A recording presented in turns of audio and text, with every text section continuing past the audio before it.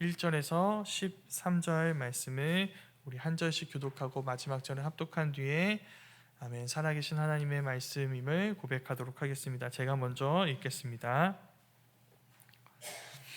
온 이스라엘이 그 계보대로 괴수되어 그들은 이스라엘 왕조 실록에 기록되니라. 유다가 범죄함으로 말미암아 바벨론으로 사로잡혀 갔더니 그들의 땅 안에 있는 성읍에 처음으로 거주한 이스라엘 사람들은 제사장들과 레위 사람들과 느디님 사람들이라. 유다 자손과 베냐민 자손과 에브라임과 므낫세 자손 중에서 예루살렘에 거주한 자는 유다의 아들 베레스 자손 중에 유다이니 그는 암미우스의 아들이요 오므리의 손자요 이므리의 증손이요 바니의 현손이며 실로 사람 중에서는 맏아들 아사야와 그의 아들들이요 세라 자손 중에서는 여우엘과 그 형제 690명이요 베냐민 자손 중에서는 하스누아의 증손 호다이아의 손자 무술람의 아들 살루요 여로함의 아들 이브니아와 미그리의 손자 우시의 아들 엘라요 이브니아의 증손 루의 손자 스바다의 아들 무술람이요 또 그의 형제들이라. 그들의 계보대로 계수하면 956명이니 다 종족의 가문의 우두머리들이더라.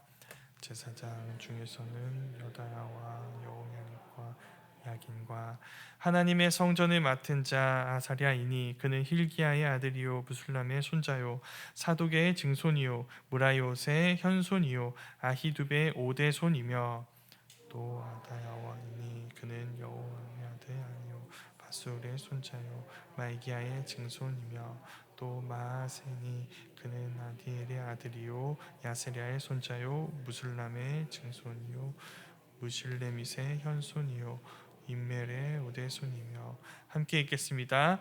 또 그의 형제들이니 종족의 가문의 우두머리라. 하나님의 성전의 임무를 수행할 힘 있는 자는 모두 1760명이더라.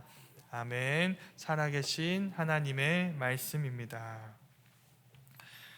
6월 들어서면서 계속 역대기 말씀을 살펴보고 있습니다. 계속 족보 이야기가 많이 나와서 쉽지 않으셨죠? 오늘 말씀은 족보 이야기가 아닙니다.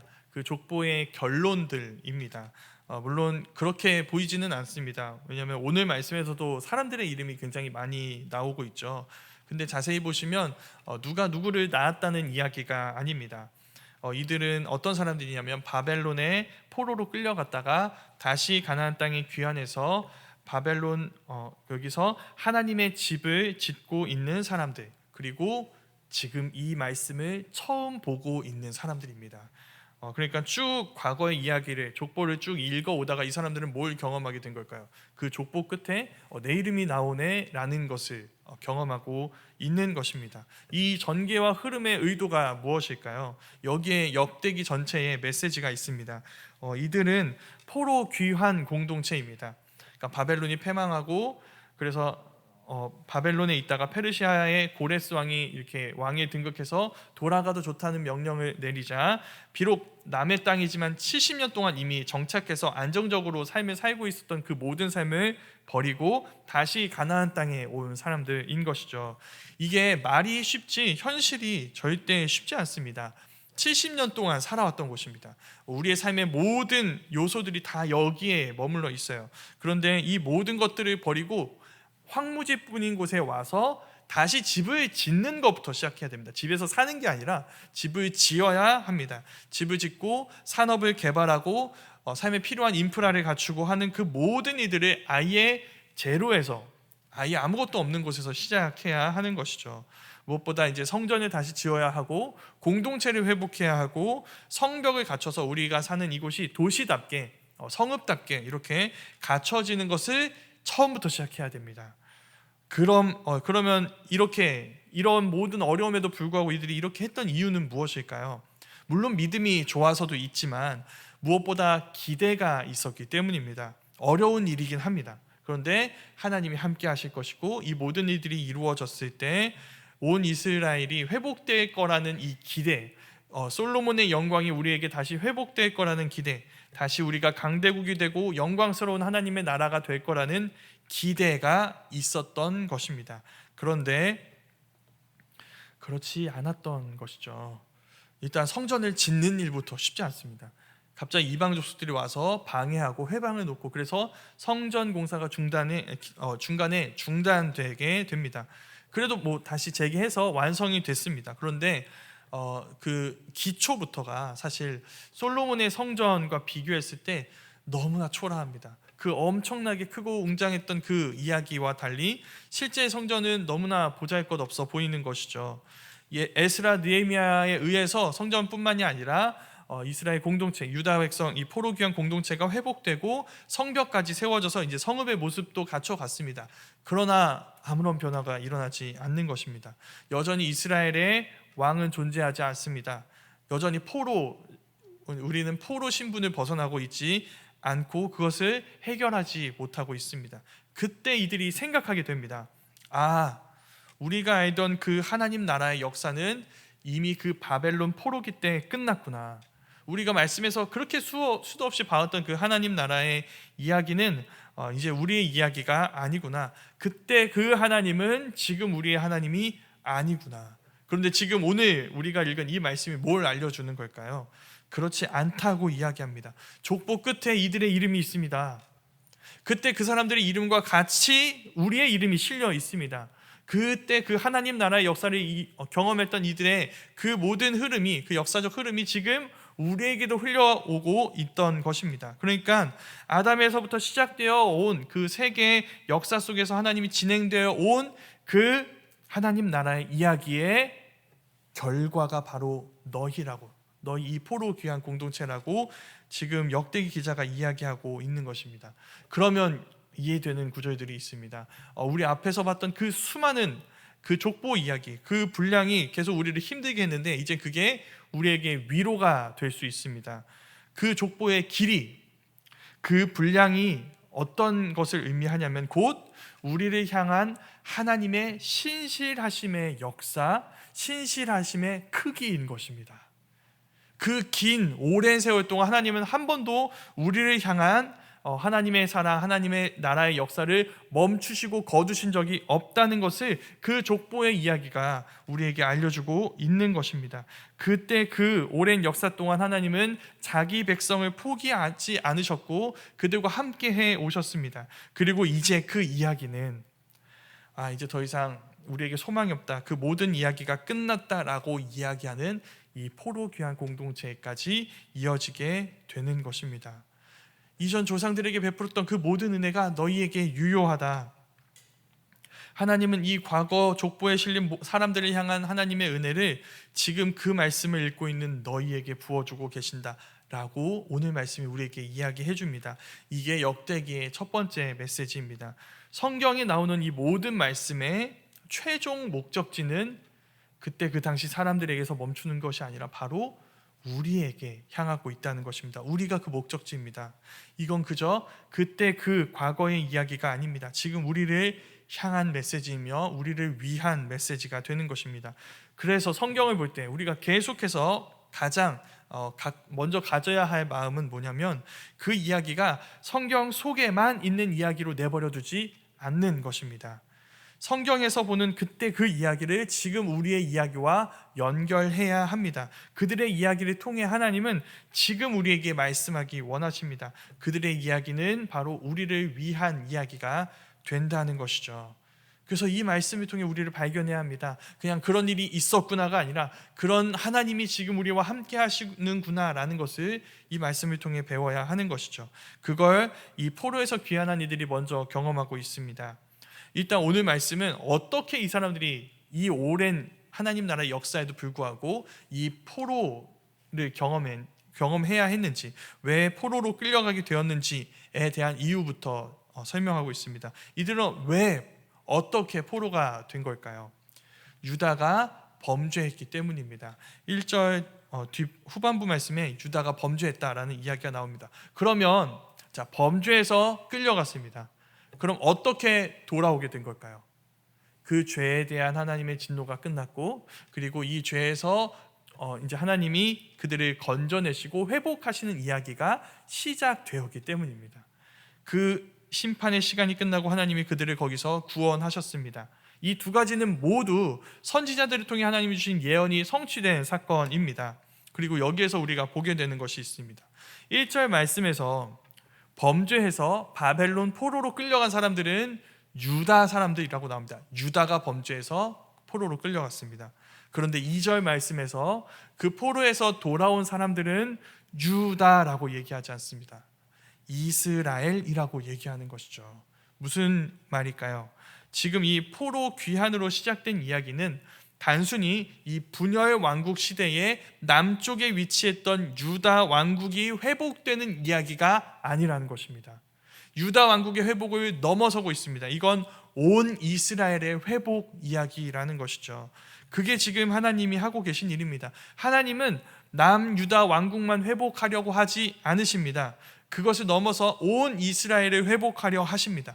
예전에 우리가 알고 있었던 그 유다 왕국, 그 모습을 회복하시는 것을 넘어서 하나님이 아시는 진정한 하나님 나라를 이 회복을 통해 새롭게 시작하려 하고 계시는 것이죠. 여기서 두 번째 메시지를 보게 됩니다. 하나님은 단순히 잃어버린 것을 회복하시는 분이 아닙니다. 잃어버린 것과 잃어버린 줄 몰랐던 것을 회복하시는 분이라는 것이죠. 남유다 왕국뿐만이 아니라 온 이스라엘을 회복하시는 이야기를 우리에게 들려주고 계시는 것입니다. 그래서 우리가 여러 가지 간구를 할 때 그 간구는 잃어버린 것을 되찾게 해달라는 기도를 넘어서야 합니다. 우리는 하나님이 주기 원하시는 것을 우리에게 주십시오라고 구해야 하는 것이죠. 그것을 알기 위해서 무엇을 해야 될까요? 말씀을 봐야 합니다.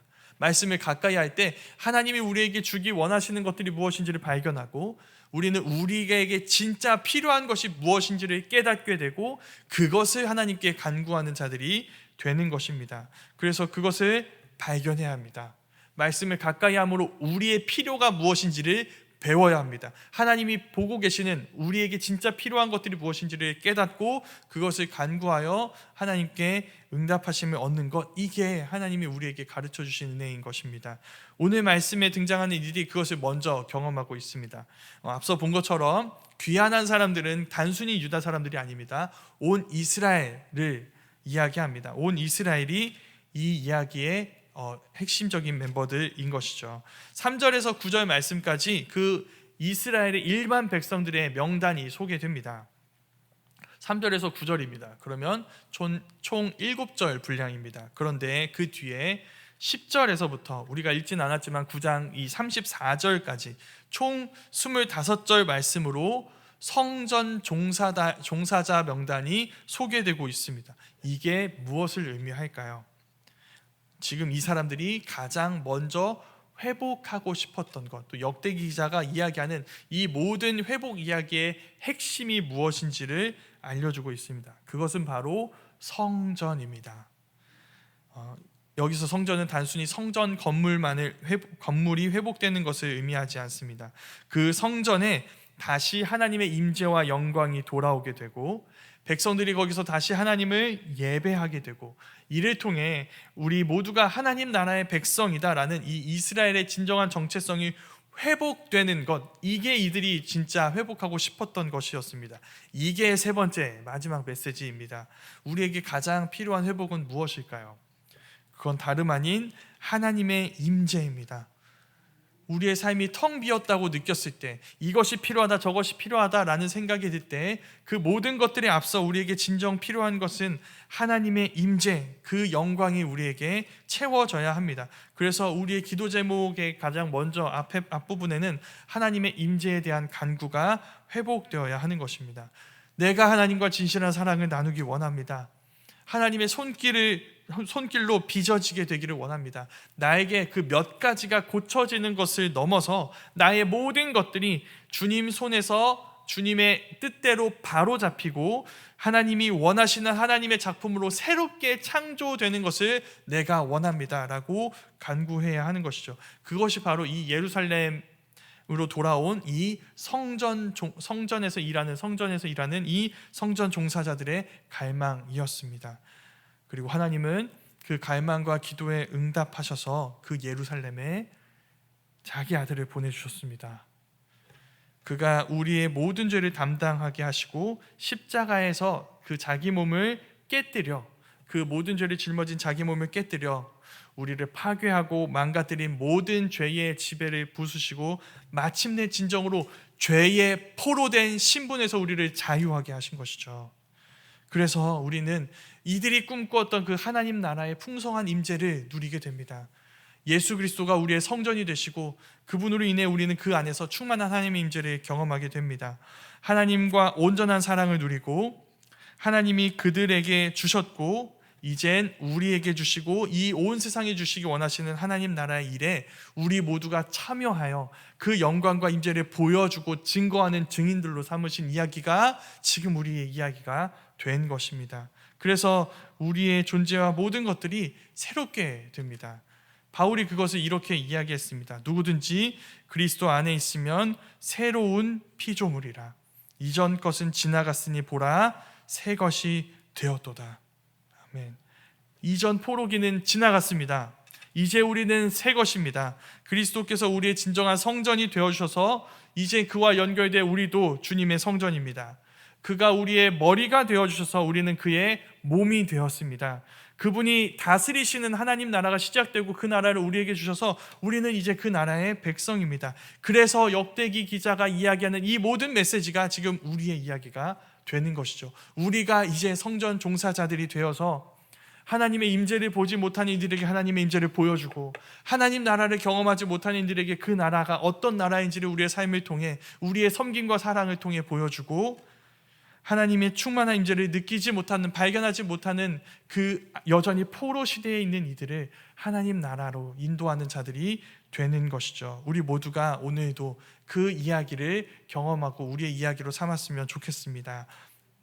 하나님의 임재를 보지 못하는 자들에게 가서 주님을 보여주는 자들이 되었으면 좋겠습니다.